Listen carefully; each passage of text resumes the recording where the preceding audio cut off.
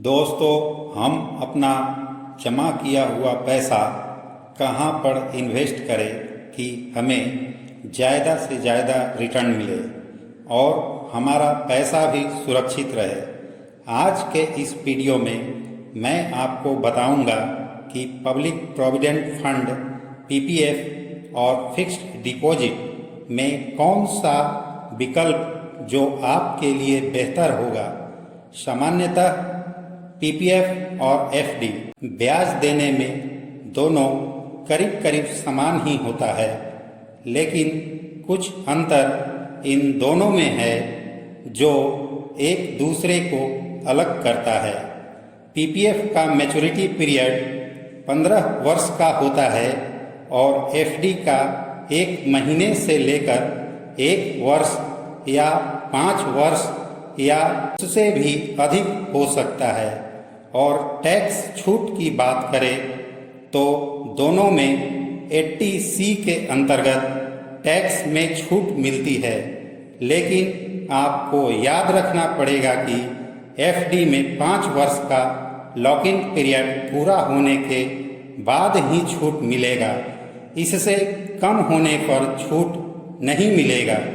FD में मिलने वाले ब्याज पर आपको टैक्स चुकाना होगा, जबकि पीपीएफ में मिलने वाले ब्याज पर आपको कोई टैक्स नहीं देना पड़ेगा, यानी पीपीएफ पूरे तरह से टैक्स फ्री है। वहीं पीपीएफ पर मिलने वाला ब्याज सरकार द्वारा नियंत्रित किया जाता है और बदलता रहता है।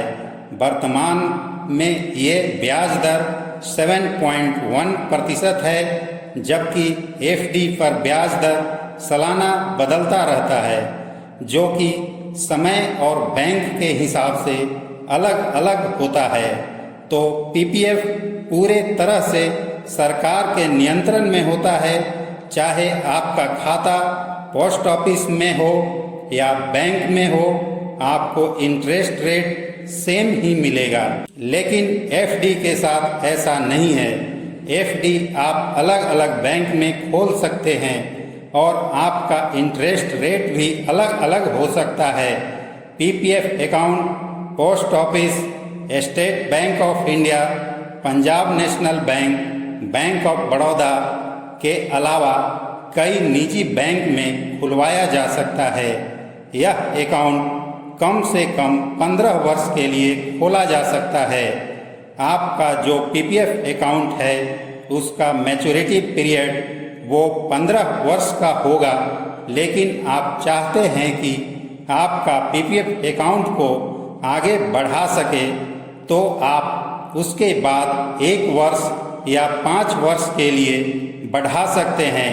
इसे समय से पहले बंद नहीं किया जा सकता है, लेकिन कुछ कंडीशन ऐसा है जिसमें पीपीएफ अकाउंट को आप समय से पूर्व भी बंद कर सकते हैं।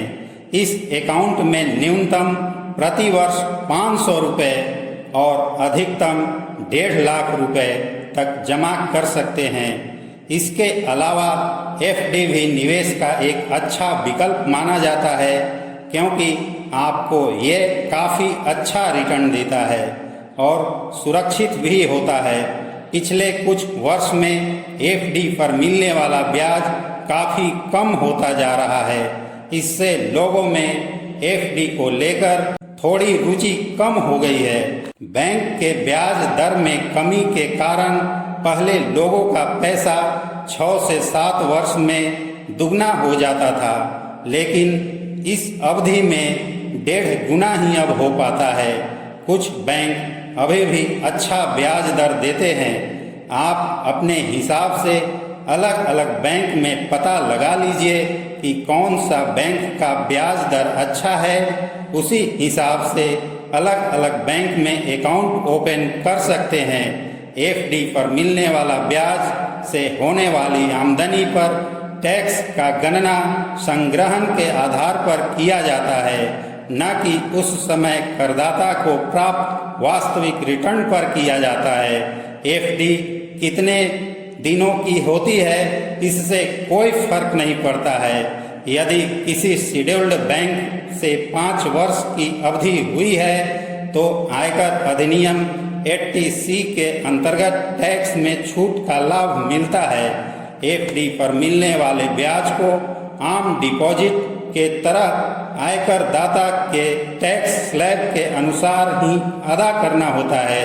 इससे ये साफ है कि वर्तमान समय में आप अपने पैसे को किसी तरह से ब्लॉक नहीं करना चाहते हैं, अपने तरह से आप उसे इस्तेमाल करना चाहते हैं, तो एफडी से अच्छा कोई और विकल्प नहीं होगा, क्योंकि यहाँ पर अपने ज़रूरत के हिसाब से जब चाहे पैसा निकाल सकते हैं और आप अपने पैसे का प्रयोग कभी भी कर सकते हैं।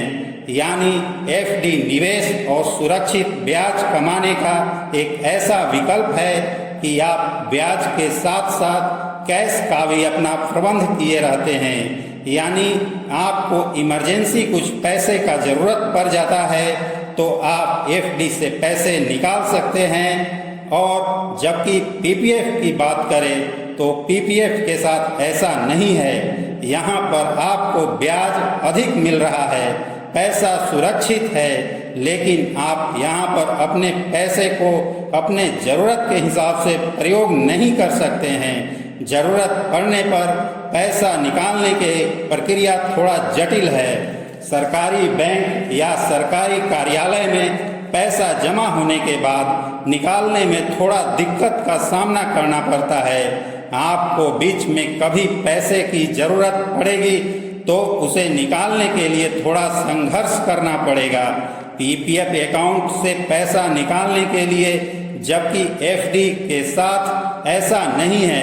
एफडी को कभी भी तोड़कर अपना पैसा निकाल सकते हैं और ये भी साफ है कि आप एफडी से जब भी पैसा निकालेंगे तो आपको इंटरेस्ट के हिसाब से आपको पैसा दे दिया जाएगा।